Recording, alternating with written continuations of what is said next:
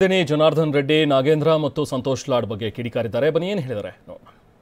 ಈಗ ನಿಮ್ಮಲ್ಲಿ ಆರೋಪಗಳಿದೆ, ಭ್ರಷ್ಟಾಚಾರದ ಆರೋಪ ಇದೆ, ಗಣಿಗಾರಿಕೆ ಆರೋಪ ಇದೆ, ಬೇರೆ ಬೇರೆ ಆರೋಪಗಳಿದೆ.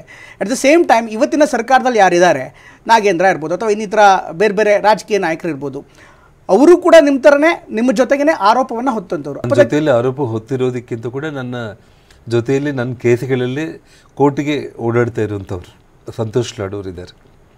ಅವರ ಗಣಿಗಾರಿಕೆ ಲೈಸೆನ್ಸೇ ರದ್ದಾಗಿದೆ ಸುಪ್ರೀಂ ಕೋರ್ಟಿಂದ. ಸಂತೋಷ್ ಲಾಡ್ ಅವರು ಗಣಿಗಾರಿಕೆಯೇ ಲೈಸೆನ್ಸೇ ರದ್ದಾಗಿದೆ. ಹಿಂದಿನ ಸರ್ಕಾರದಲ್ಲಿ, ಸಿದ್ದರಾಮಯ್ಯ ಅವರ ಸರ್ಕಾರದಲ್ಲಿ ಸಂತೋಷ್ ಲಾಡ್ ಅವರು ಇರುವಂಥ ಸಂದರ್ಭದಲ್ಲಿ ಈ ಆರೋಪಗಳು ಬಂದಾಗ ಅವ್ರನ್ನ ಮಂತ್ರಿಮಂಡಲದಿಂದ ತೆಗೆದುಹಾಕಿದ್ರು. ಆದರೆ ಇವತ್ತು ಅದೇ ಮಂತ್ರಿಮಂಡಲದಲ್ಲಿ ಮತ್ತೆ ಅವ್ರನ್ನ ಪುನಃ ತಗೊಂಡಿದ್ದಾರೆ. 4 ವರ್ಷ ಜೈಲಲ್ಲಿ ಇಟ್ಟರೂ ಕೂಡ ಅವ್ರಿಗೆ ಒಂದು ನಾನು ತಪ್ಪು ಮಾಡಿದ್ದೀನಿ ಅನ್ನೋದು ಕೂಡ ಅವ್ರ ಕೈಗೆ ಸಿಗಲಿಲ್ಲ. ಇವತ್ತೇನು ಬಳ್ಳಾರಿ ಜಿಲ್ಲಾ ಉಸ್ತುವಾರಿ ಮಂತ್ರಿಯಾಗಿ ಮಾಡಿದರು ನಾಗೇಂದ್ರ ಅವರನ್ನು, ಇವತ್ತು ನಾಗೇಂದ್ರನ 9 CBI ಪ್ರಕರಣಗಳಲ್ಲಿದ್ದಾರೆ. ಅವರನ್ನೇ ಇವತ್ತಲ್ಲಿ ಇನ್ಚಾರ್ಜ್ ಮಿನಿಸ್ಟ್ರಾಗಿ ಮಾಡಿದ್ದಾರೆ. ಇವತ್ತು ನನ್ನ ವಿಚಾರದಲ್ಲಿ ಬಂದಾಗ ಅದೇ UPA ಸರ್ಕಾರ ಈ ಹಿಂದೆ ಸಾಕ್ಷಿಗಳಿಗೆ ತೊಂದರೆ ಮಾಡ್ತಾರೆ ಅಂತೇಳಿ ಬಳ್ಳಾರಿ ಜಿಲ್ಲೆಯಿಂದ ಹೊರಗಡೆ ಇಡಬೇಕು ಅಂತೇಳಿ ಅವ್ರು ಕೇಳಿದರು. ಇವತ್ತು ಅದೇ ನಾಗೇಂದ್ರನ್ನ ತಗೊಂಡೋಗಿ 9 ಕೇಸ್ಗಳಿರೋ ನಾಗೇಂದ್ರ ಅವರನ್ನು ಇವತ್ತು ಬಳ್ಳಾರಿ ಜಿಲ್ಲೆಗೆ ಉಸ್ತುವಾರಿ ಸಚಿವರನ್ನಾಗಿ ಮಾಡಿದ್ದಾರೆ. ಇನ್ನು ರೆಡ್ಡಿ ಅವರ ಈ ಆರೋಪಕ್ಕೆ ಸಂತೋಷ್ ಲಾಡ್ ಕೂಡ ಮಾತನಾಡಿದರೆ. ನಾವು ಪ್ರತಿನಿಧಿ ನರಸಿಂಹಮೂರ್ತಿ ಪ್ಯಾಟಿ ಅವರು ಅದರ ಜೊತೆಗೆ ಮಾತನಾಡಿಸಿದರೆ ಏನು ಹೇಳ್ತಾರೆ ನೋಡೋಣ. ಸಿದ್ದರಾಮಯ್ಯ ಅವರೇ ಅವಾಗ ಇವರನ್ನ ಸಂಪುಟದಿಂದ ತೆಗೆದುಹಾಕಿದ್ರು, ಆದರೆ ಇದೀಗ ಮತ್ತೆ ಅವರು ಸಂಪುಟ ತೆಗೆದುಕೊಂಡಿದ್ದಾರೆ ಅನ್ನೋ ಒಂದು ಆರೋಪವನ್ನು ಮಾಡಿದ್ದಾರೆ. ನೀವೇನು ಹೇಳ್ತೀರಾ? ಇಲ್ಲ, ಅದು ಆರೋಪ ಆ ಬಂದದಲ್ಲಿ ನಾನೇ ಸ್ವತಃ ರಾಜೀನಾಮೆ ಕೊಟ್ಟಿರ್ತಕ್ಕಂಥದ್ದು ತಮಗೆ ಗುರುತಿದೆ. ಅದಾದಮೇಲೆ ತಿರ್ಗಾ ನನಗೆ 2016ನೇ ಇಸ್ವಿನಲ್ಲಿ ತಿರ್ಗಾ ನನಗೆ ಮತ್ತೆ ಸಂಪುಟದ ದರ್ಜೆಗೆ ಸೇರಿಸ್ಕೊಂಡಾಯಿತು. ಇದು ಆಗಿ ಸುಮಾರು ಈಗ 8 ವರ್ಷ ಆಗಿದೆ. ಈಗ ಜನಾರ್ದನ್ ರೆಡ್ಡಿ ಅವರು BJP ಸೇರಿದ್ದಾರೆ, ಮತ್ತೇನು ಹೇಳಲೇಬೇಕಲ್ಲ, ನಮ್ಮ ಮೇಲೆ ಆರೋಪ ಮಾಡಬೇಕಲ್ಲ, ಮಾಡ್ತಾರೆ.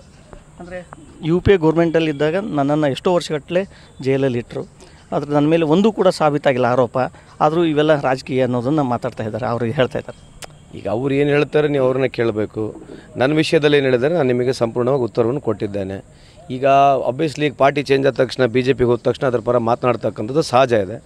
ಅವ್ರು ಮಾತನಾಡ್ತಾರೆ. ಈಗ ಅವ್ರು ಏನು ಮಾತನಾಡ್ತಾರೆ ನೀವು ಅವ್ರನ್ನೇ ಕೇಳಬೇಕು ಪ್ರಶ್ನೆ. ಈಗ ಅವ್ರ ವಿಷಯ UPAದಲ್ಲಿ ಏನಾಗಿದೆ ಏನಿಲ್ಲ ಅವ್ರಿಗೆ ಹೇಳಿದರೆ ಕೋರ್ಟ್ನಲ್ಲಿ ಮ್ಯಾಟ್ರ್ ಇರ್ತಕ್ಕಂಥದ್ದು, ನಾನು ಮಾತನಾಡ್ತಕ್ಕಂಥದ್ದು ಸಮಂಜಸ ಅಲ್ಲ. ಈಗ ಇವರು ನಾಗೇಂದ್ರ ಅವ್ರ ಮೇಲೆ 9 CBI ಪ್ರಕರಣಗಳಿವೆ, ಆದರೂ ಕೂಡ ಅವರು ಸಚಿವರಾಗಿದ್ದಾರೆ. ಇಂಥವರೆಲ್ಲ ಸಚಿವರಾದರೆ ಹೇಗೆ ಅನ್ನೋದು ಅವ್ರ ಪ್ರಶ್ನೆ ಆಗಿದೆ. ಅಲ್ಲ, ಅವ್ರನ್ನೇ ಕೇಳಬೇಕು. ಈಗ ನಾಗೇಂದ್ರ ಅವ್ರ ಮೇಲೆ ಎಷ್ಟು ಕೇಸ್ ಇದೆ ನನಗೆ ಗೊತ್ತಿಲ್ಲ, ಯಾಕಂದರೆ ಅವ್ರ ಮೇಲೆ ಕೇಸ್ ಇದೆಯಲ್ಲೋ ನನಗೆ ಗೊತ್ತಿಲ್ಲ. ಯಾಕಂದರೆ ಸಮಥಿಂಗ್ ವೆರಿ ಪರ್ಸನಲ್ ಆಗಿರ್ತಕ್ಕಂಥದ್ದು, ಕೇಸ್ ಇದೆಯಲ್ಲೋ ನನಗೆ ಮಾಹಿತಿ ಇಲ್ಲ. ಇದ್ರೆ ಅದು ಖಂಡಿತವಾಗ್ಲೂ ನೀವು ನಾಗೇಂದ್ರವ್ರನ್ನ ಕೇಳೋದ್ರ ಬಗ್ಗೆ ಸ್ಪಷ್ಟೀಕರಣ ಪಡಿಬೇಕು. ಇನ್ನು ರಾಷ್ಟ್ರೀಯ ಮಟ್ಟದ ನಾಯಕರ ವಿಷಯಕ್ಕೆ ಬಂದಾಗ ರಾಹುಲ್ ಗಾಂಧಿ ಆಯಿತು, ಸೋನಿಯಾ ಗಾಂಧಿ ಅವರು ಕೂಡ ಬೇಲ್ ಮೇಲಿದ್ದಾರೆ. ನ್ಯಾಷನಲ್ ಹೆರಾಲ್ಡ್ ಇದಕ್ಕೆ ಸಂಬಂಧಪಟ್ಟಂಗೆ ಅವ್ರ ಬಗ್ಗೆಯೂ ಕೂಡ ಗಂಭೀರವಾದ ಆರೋಪವನ್ನು ಮಾಡಿದ್ದಾರೆ. ಅಂದರೆ ಅವರು ಕೂಡ ಬೇಲ್ನಲ್ಲಿದ್ದಾರೆ. ಇವರೆಲ್ಲ ಬೇಲ್ನಲ್ಲಿರುವಂಥವರೆಲ್ಲ ನಾಯಕರ ಅನ್ನೋ ಒಂದು ಪ್ರಶ್ನೆಯನ್ನು ಕೇಳಿ ಈಗೇನಾಗಿದ್ದಾರೆ, ಜನಾರ್ದನ್ ರೆಡ್ಡಿ ಹೊಸದಾಗಿ BJPಗೆ ಸೇರಿದಾರಲ್ಲ, ಇದು ಯಾವಾಗಲೂ ಇದೇ ರೀತಿ. ಯಾಕಂದರೆ ಇಷ್ಟು ವರ್ಷ BJPಯಿಂದ ಹೊರಗಿದ್ದರು. ಈಗ BJP ಸೇರಿದ ತಕ್ಷಣ ಈ ಥರದ ಆರೋಪ ಮಾಡ್ತಕ್ಕಂಥ ಸಹಜ ಇದೆ. ಇವತ್ತು ಅವ್ರು ಯಾವುದು BJP ವಿರುದ್ಧ ಮಾತನಾಡೋಂಗಿಲ್ಲ ಈಗ ಇನ್ಮೇಲೆ. ಯಾಕಂದರೆ BJP ಸೇರ್ಕೊಂಬಿಟ್ಟಿದಾರಲ್ಲ. ಈಗ ಎಲೆಕ್ಟ್ರಲ್ ಬಾಂಡ್ ಬಗ್ಗೆ ಯಾಕೆ ಮಾತನಾಡಬಾರ್ದು ಜನಾರ್ದನ್ ರೆಡ್ಡಿ ಅವರು?